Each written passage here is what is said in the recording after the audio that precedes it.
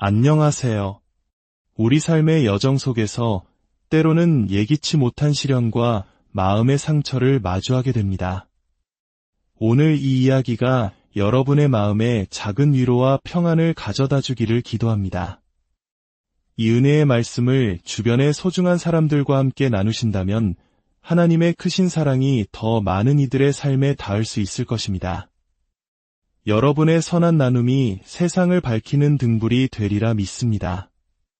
우리는 살아가면서 수많은 관계를 맺습니다.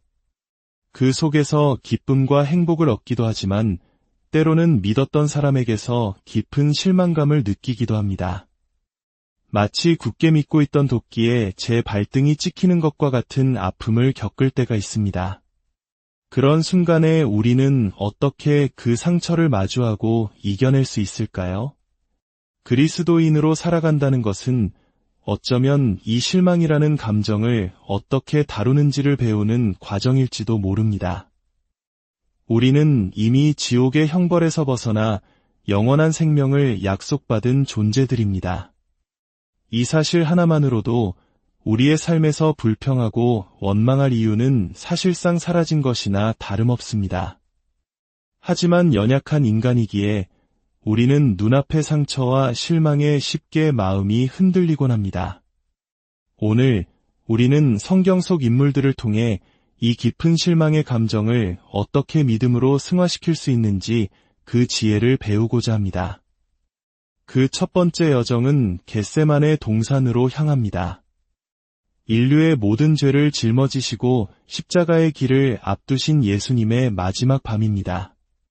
성경은 마태복음 26장에서 그때의 상황을 생생하게 묘사합니다.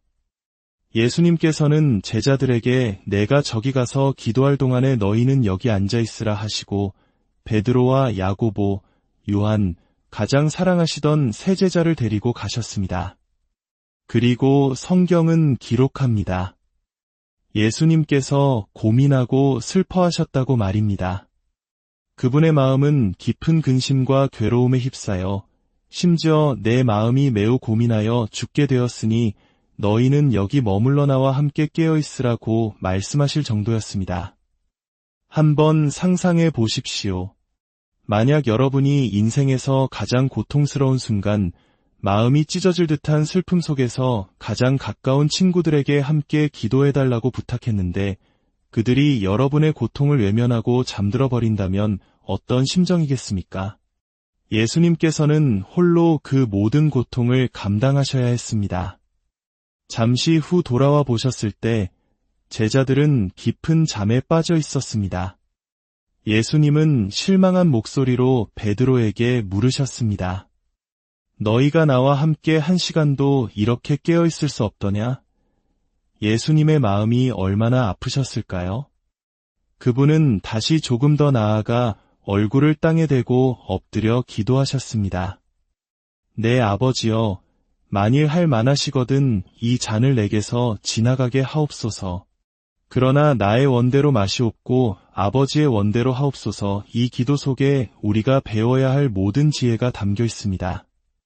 우리는 종종 하나님께 우리가 원하는 것을 간구합니다. 하나님, 저는 이것을 원하지 않습니다. 저곳을 떠나고 싶습니다. 혹은 이곳에 머물고 싶습니다.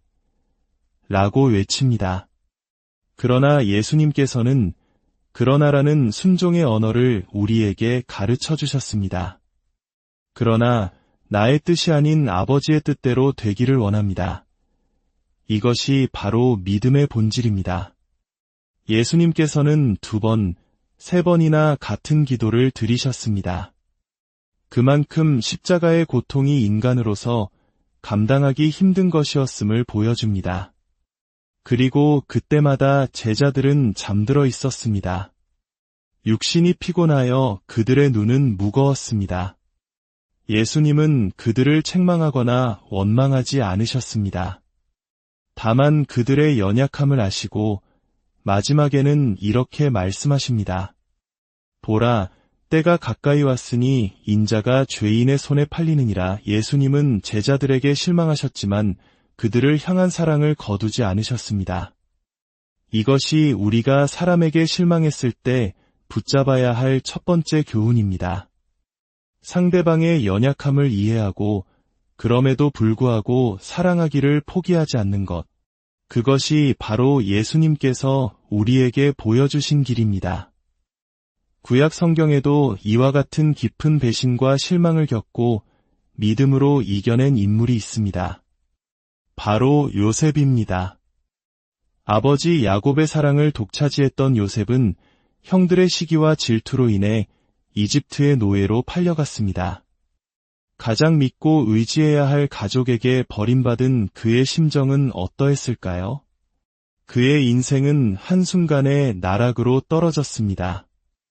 하지만 성경은 요셉의 모든 여정에 하나님께서 그와 함께 하셨다고 반복해서 증언합니다. 그는 보디발의 집에서 노예로 일했지만 하나님의 은혜로 가정 총무가 되었습니다. 보디발 아내의 억울한 모함으로 깊은 감옥에 갇혔을 때에도 하나님은 그를 버리지 않으시고 간수장의 신임을 얻게 하셨습니다. 만약 감옥에 가야 한다면 그곳을 책임지는 사람이 되는 편이 낫지 않겠습니까? 요셉은 바로 그런 은혜를 입은 사람이었습니다.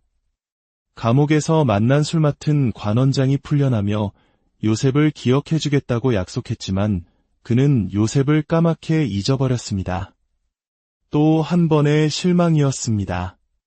그러나 하나님의 때가 이르자 바로 왕의 꿈을 해석하게 되면서 요셉은 하루아침에 이집트의 총리가 됩니다. 그리고 마침내 극심한 가뭄으로 식량을 구하러 온 형들과 마주하게 됩니다. 모든 권력을 손에 쥔 요셉은 자신을 팔아넘긴 형들에게 복수할 수도 있었습니다. 그러나 그는 눈물을 흘리며 말합니다. 두려워하지 마소서. 당신들은 나를 해하려 하였으나 하나님은 그것을 선으로 바꾸사 오늘과 같이 많은 백성의 생명을 구원하게 하시려 하셨나니 요셉은 형들의 악한 행동 너머에 있는 하나님의 선한 계획을 보았습니다.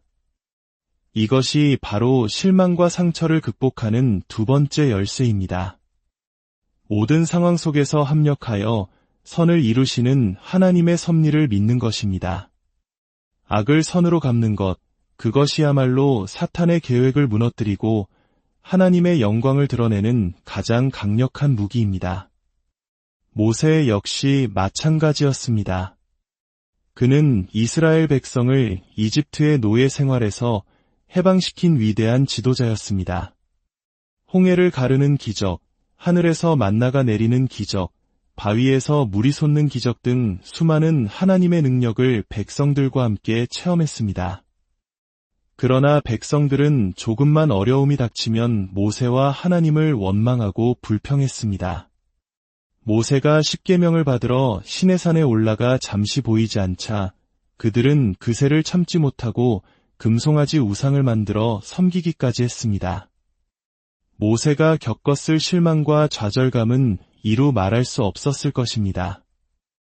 이처럼 성경의 위대한 인물들조차 사람으로 인한 깊은 실망을 피할 수 없었습니다. 하물며 우리와 같은 평범한 사람들이겠습니까? 우리는 누구나 가까운 이들에게 상처받고 실망할 수 있습니다.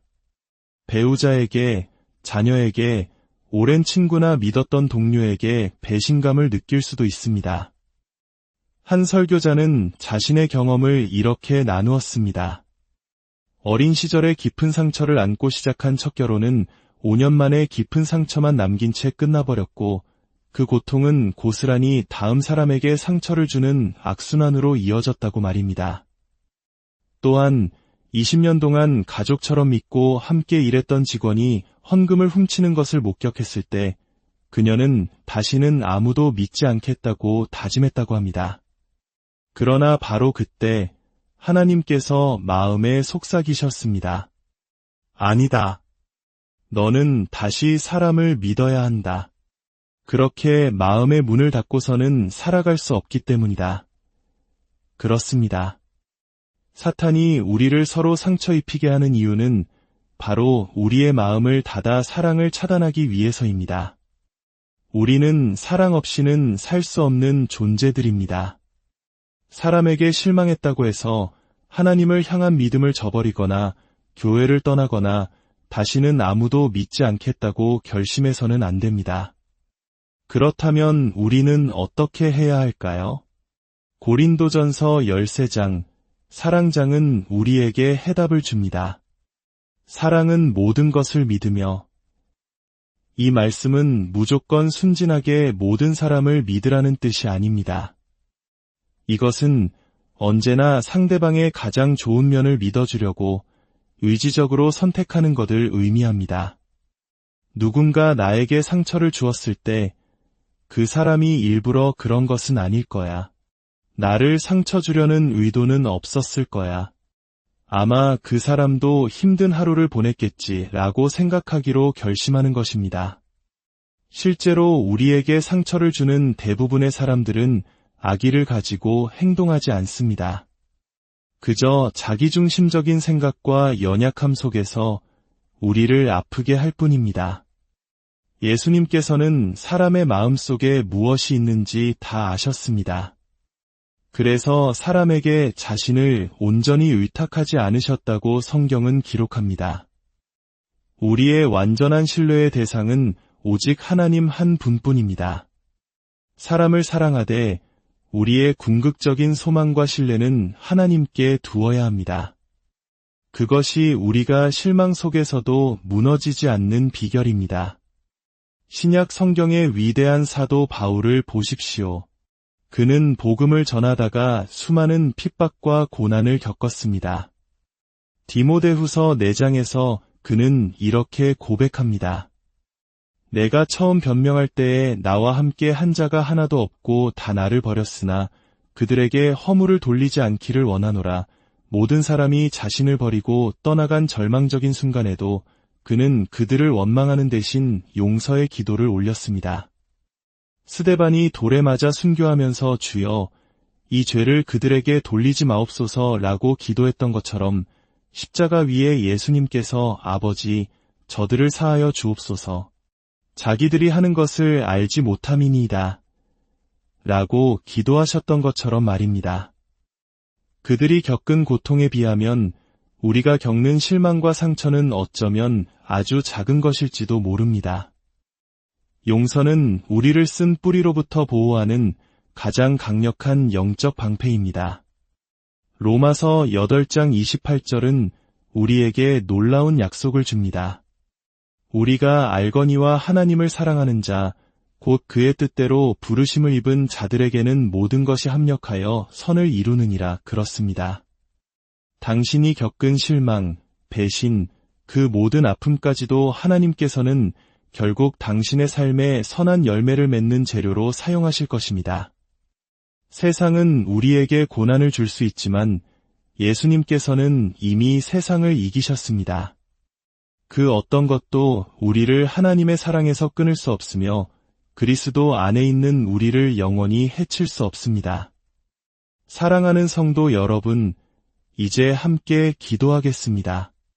사랑의 하나님 아버지, 오늘 말씀을 통해 사람으로 인해 상처받고 실망한 우리의 마음을 돌아보게 하시니 감사합니다. 가장 깊은 배신과 고독 속에서도 끝까지 사랑과 용서를 잃지 않으셨던 예수님의 모습을 본받게 하옵소서. 우리 마음에 아직 남아있는 용서하지 못하는 마음과 쓴뿌리가 있다면 주님의 보혈로 깨끗하게 씻어 주시옵소서.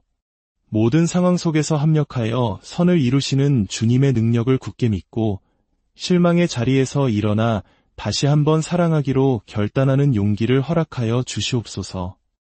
우리의 모든 아픔을 치유하시고 새롭게 하시는 예수 그리스도의 이름으로 기도드립니다. 아멘. 여러분의 삶에 하나님의 평강이 늘 함께하시